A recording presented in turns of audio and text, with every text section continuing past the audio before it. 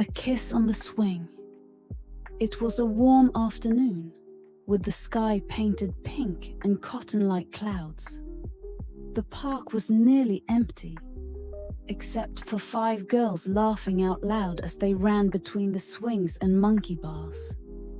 They had just turned 18, overflowing with energy and a friendship that seemed limitless, celebrating their high school graduation. Some wore tight denim jeans that accentuated their youthful, natural shapes, and colorful crop tops that revealed a bit of skin under the gentle summer sun. Their laughter mixed with the creaking of the swings and the sound of their sneakers on the gravel.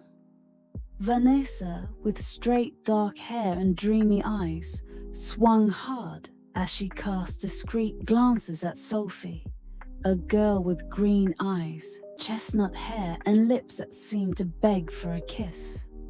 Sophie, on the other hand, pretended to be distracted while pushing Lucia, the shyest of the group, who laughed nervously, gripping the swing's chains tightly.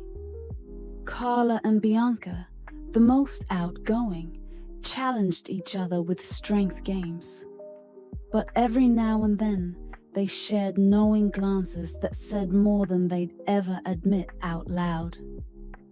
"Remember when we used to play here when we were 10? Carla said, climbing up a slide. "And now look at us, almost adults, but just as crazy. Just as pretty, if you ask me," joked Vanessa, throwing a quick look at the others. "I think the park's never had this much beauty in one place." Everyone laughed. As the sun dipped lower, Sophie walked over to Vanessa and whispered softly, "You look really pretty when you laugh like that. Though I like you even more when you're quietly staring at me." Vanessa blushed, looked down, but didn't step away. "And you?" she replied, "and just do this." And without another word, she gave her a short, trembling kiss, full of tenderness, right under the golden sunset light. The others fell silent for a few seconds, surprised, until Carla and Bianca burst into applause and laughter. "Finally," said Bianca. "Took you long enough to stop looking at each other like a soap opera and just kiss already." Lucia just smiled, resting her head on Bianca's shoulder. Vanessa and Sophie held hands, cheeks glowing red, but their eyes sparkled like they had been waiting for that moment for years. And there, among games, mischievous glances, dusty tight jeans, and racing hearts, something more than friendship was born. After that first kiss between Vanessa and Sophie in the park, the world seemed to stop for a moment.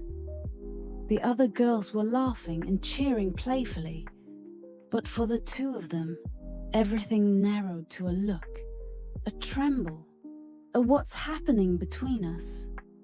That felt too real to ignore. Sophie squeezed Vanessa's hand tightly, though her fingers were sweaty, shaking, as if their hearts had leapt out and were now beating between their palms. They looked at each other, took a deep breath, and without another word, slipped away from the group with a clumsy excuse. No one asked. They all knew. They walked silently down a dirt path to a small hidden river, where they used to dip their feet as little girls. This time, they weren't going to play in the water. They were going to meet each other, really meet each other from a new place.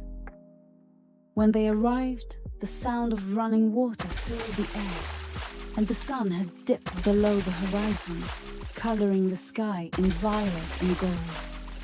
They sat on a smooth rock, side by side. Sophie took a deep breath and dared to speak. Vanessa, this thing we feel, is it real? Vanessa looked at her, eyes shining. I don't know, but if I'm dreaming, I never want to wake up. They hugged tightly, and the second kiss was longer, softer, slower. Their lips recognized each other, longed for each other, as if they had been waiting all that time for this one moment. Wastes. The trembling remained, but now it was desire mixed with emotion. They kissed again, and again, and again, laughing between caresses, caressing between sighs. Every kiss was a confession, every touch a wordless promise. Sophie ran her fingers down Vanessa's neck, slowly moving toward her waist. Vanessa closed her eyes and let out a soft sigh. Their gazes were fire, and their bodies a new language they both wanted to learn. Let's go home, Vanessa said quietly. I want to be with you. No rush, no river, no trees, just you and me. Sophie nodded. She didn't need explanations, just to feel her close. They walked back hand in hand, not letting go for even a second. When they arrived at Vanessa's house, they locked themselves in her room. The door closed with a soft click, and the world faded outside. The room smelled of tulip perfume and old books. The bed had light-colored sheets, and on it, the two most wildly beating hearts in the world. They sat at the edge. Vanessa stroked Sophie's hair and kissed her forehead. I've never done this, Sophie whispered. Me neither, but I want to do it with you, Vanessa replied. There's no hurry, just love. What followed was a meeting of bodies and souls, a tenderness of kisses and touches, full of care. It wasn't perfect. It was real. They learned each other's skin like they were exploring a secret map. They said, I want you with their fingertips. They said, I love you with their skin. They made love like two girls discovering each other in the purest way, with respect, passion, and sweetness. Between soft laughs, whispered words, and embraces that lasted beyond silence.